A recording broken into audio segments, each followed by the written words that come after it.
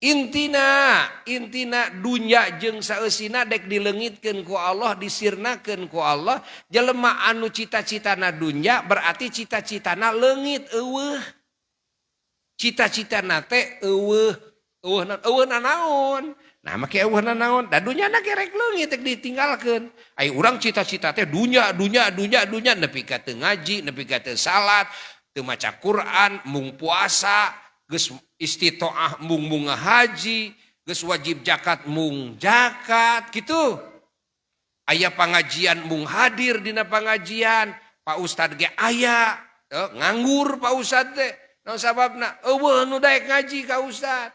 Sing inget naon atuh ari cita-cita maneh, abdi hayang beunghar-beunghar. Yeuh bisi hayang apal sagala anu aya di dunya jeung dunyana kabehana ge hiji ku maneh rek ditinggalkeun moal panggih deui dina waktu nu singkat sakedeung deui.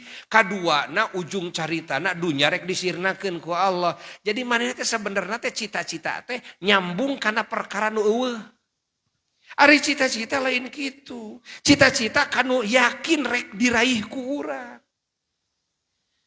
Naon nyaeta kasalametan, kabagjaan, kamuliaan di akhirat, kadituna penak jeung Allah, ngariung jeung para kakasih Allah sareng para nabi di surga. Tah kitu.